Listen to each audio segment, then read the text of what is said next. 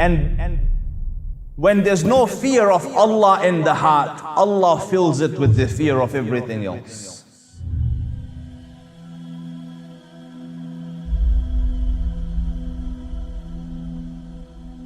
Iman did something else as significant, if not more. You see, yesterday they were shackled by all types of fears. And I read a beautiful statement recently. It's all the success you want is on the other side of fear.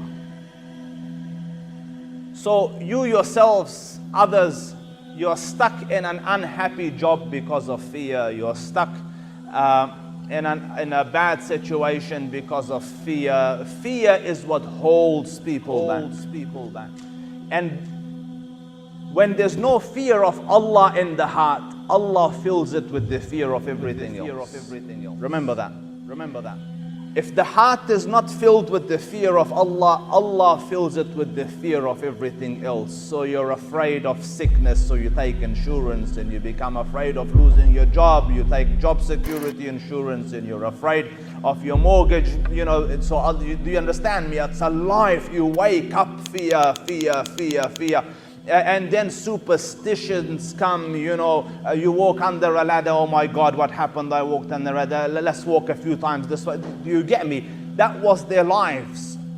A life filled with fear and superstitions and shackled by false gods and false ideas. And Iman came and released them from it all. And they became what I call superhumans.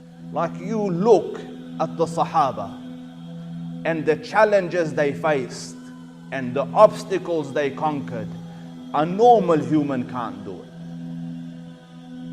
Should I give you some examples? Here, I'll give you one. This is the Battle of Mu'tah. And the Prophet ﷺ has sent these people. The first way, Zayd ibn Haritha and Ja'far ibn Abi Talib and Abdullah ibn Rawaha. Instructions, listen, Zayd is in charge. If he falls, Ja'far will take the reins. If Ja'far falls, Abdullah ibn Rawaha will take the reins. If Abdullah ibn Rawaha falls, then choose a leader from yourselves. War is a scary concept. Allah save one and all, Ya Rabbi. Now, war, if two equals are fighting, is problematic. Now, these Muslims were sent to odds you cannot imagine.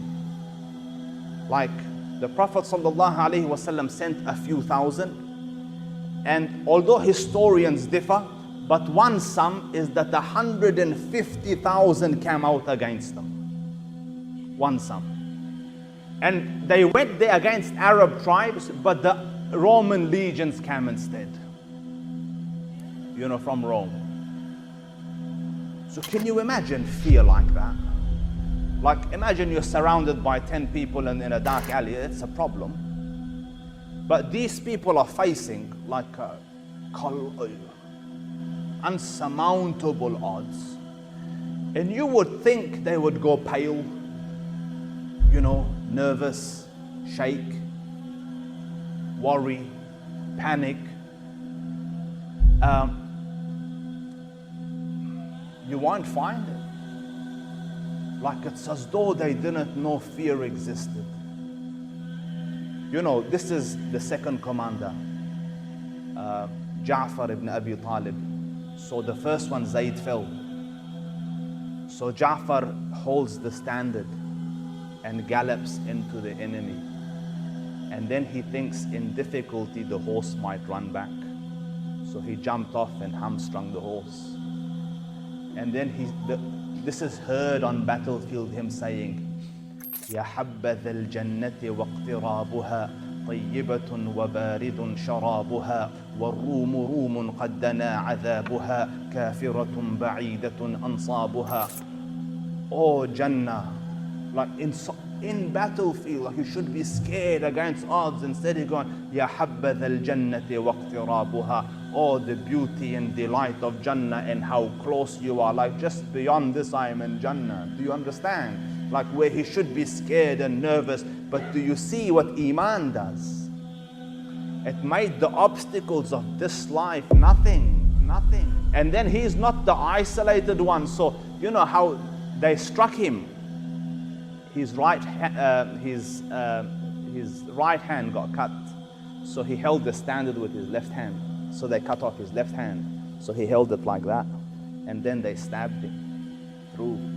And as he's falling, the standard's about to fall. So they get it and they say, where's Abdullah ibn Rawaha? So Abdullah ibn Rawaha, who was the third commander in charge, his cousin has just given him a piece of bone with a bit of meat on it, like, here, have a bite. And he's having this in the standard camp. And for a second he tarried. You know, for a second. Like he's, you know, and then he says this to himself, and they hear him. يا نفس ما لك تكرهين الموت. Oh soul, why are you afraid of death? إلا تقتلي تموتي هذا حياض الموت قد صليتي وما تمنيت فقد لقيتي.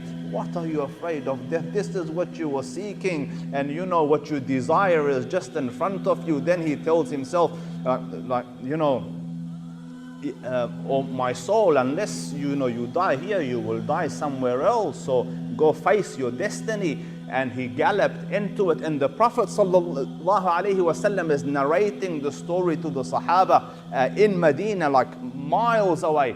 But my point is, difficulties like that, where you would have thought they would break, it had no effect on them. Why?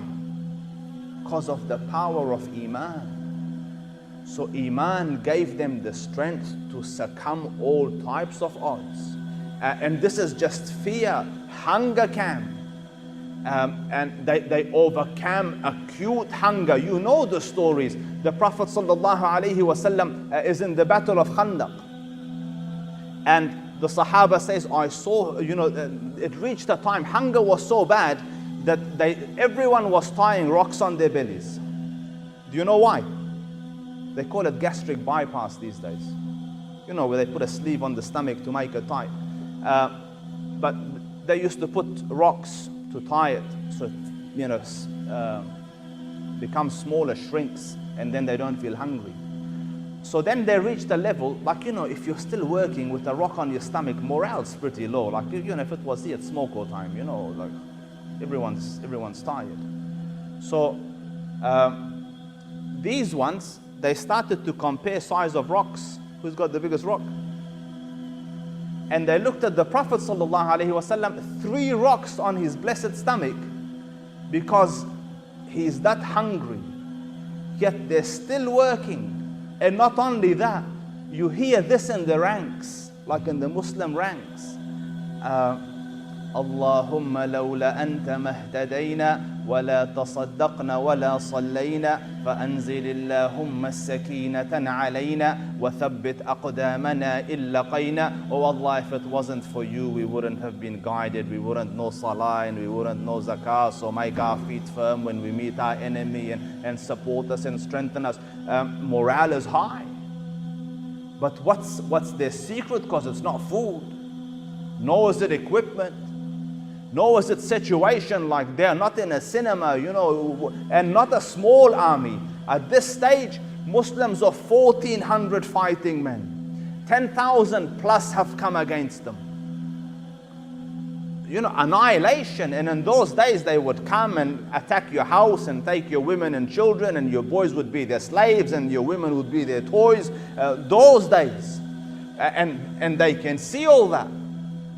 Like at the verge of annihilation, but their belief and their confidence and their iman and their fearlessness at such a level that it has set them free from the shackles that everyone else is shackled by.